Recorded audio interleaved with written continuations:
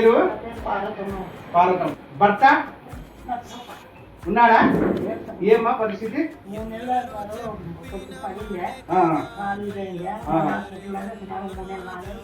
Hospital సరిపోయా. జీవనోపాధి ఏం నీకు ఇప్పుడు? అంటే పని చేసుకొని బ్రతకాల్సిందే, కూలి చేసుకొని బ్రతకాల్సిందే. ఎంతమంది పిల్లలు నీకు? ఇద్దరు ఆడపిల్లలే. కొడుకులు ఎవరు లేరు, ఇద్దరు ఆడపిల్లలే. పెళ్లి లేదా పిల్లలకు? పరిస్థితి పాపకు ఆరోగ్యం బాగలేదు.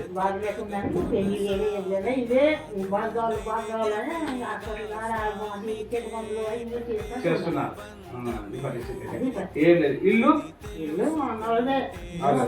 ఆడుకున్నారంటే అది ఏం లేవు, ఆస్తులు ఏం లేవు, కష్టం చేసుకొని తినాల్సిందే. వీరికి మనవరాడు పుట్టింది. ఆడపిల్ల లేని ఇల్లు వెలవెలలాడుతుంది, ఆడపిల్ల ఉన్న ఇల్లు కలకలలాడుతుంది. లేక లేక పుట్టిన ఒక బేటి, ఆ ఇల్లే అయింది బూటి. ఆడపిల్లలు కన్నా ప్రతి తల్లిదండ్రులు ఘనాపాటి. కనుక ఆడపిల్లలు ఉంటే లక్ష్మితో సమానం అంట.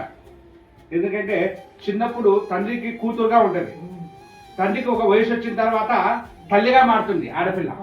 కనుక ఆడపిల్ల పుట్టిన తరుణంలో ఇట్లా నిరాశ్రయులకు సేవ చేయాలనే ఉద్దేశంతో ఈయనకు ఒక మాట చెప్పడం వల్ల రావడం కూడా జరిగింది. ఎందుకంటే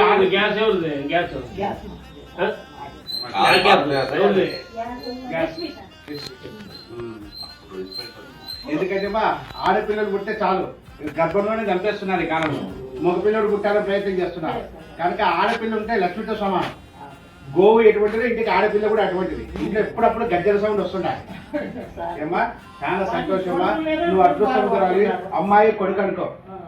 ఏమా అమ్మాయి కొడుకు అనుకో. నీ కోసం కిరాణా సరుకులు తెచ్చినాడు ఆయన, ఇస్తాను. ఆదోని దొక్కా సీతమ్మ చాలా గొప్పది పాపం. ఇప్పటికి కూడా సేవా కార్యక్రమాలు చేస్తున్నాను.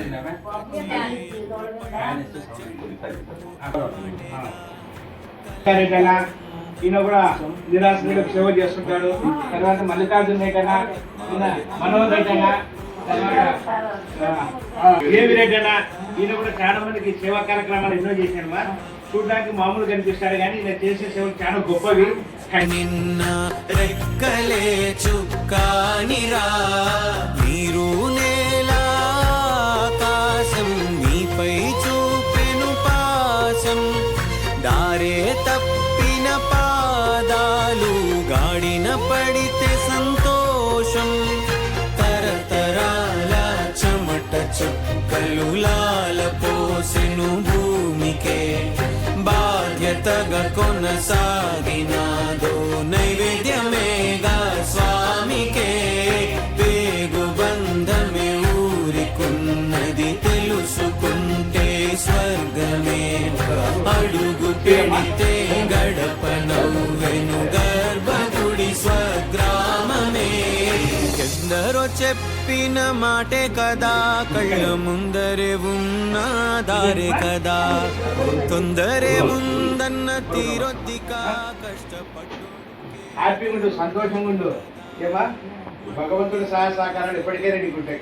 నువ్వేళ మీకు ఏదైనా వైద్య సంబంధంగా కానీ ఏదైనా సహాయ సహకారాలు కావాలంటే మేము ముందుంటాం. ఏం భయపడాల్సినట్టు మనున్నవాడు కాదు మహారాజు, మంచి మనసున్నవాడే మహారాజు. కనుక మీరు మీరు మొక్కిన భగవంతుడే మా ద్వారా సహాయం చేయించిన అంతా దైవమే అంతా, మనమంతా నిమిత్తం మాత్రమే. కనుక ప్రశాంతంగా ఉండండి, హ్యాపీగా ఉండండి, ఆనందంగా ఉండండి. అవునవును ఇంకమ్మా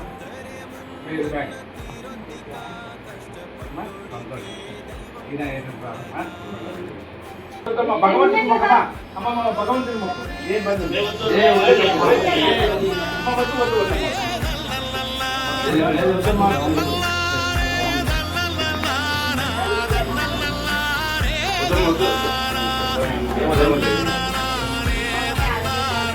ఇంటి దేవుడేమ్మా ఆ ఉరుకు నీరైన స్వామి మా దారి ఇప్పించినాడు అంటాను. ఆయన మొక్కండి అంట, మనమంతా మట్టి వాళ్ళమే ఏమి లేదు. బాగా నవ్వండి. ఆయన అందరికి ఇస్తున్నాడు, మాకు ఇచ్చిందాక మేము కొద్దిగా మీకు ఇస్తున్నాం అంతే. కిరింతలు చేయకు పళ్ళున్న చెట్టుకు ఓకే, ఉంటాం అయితే.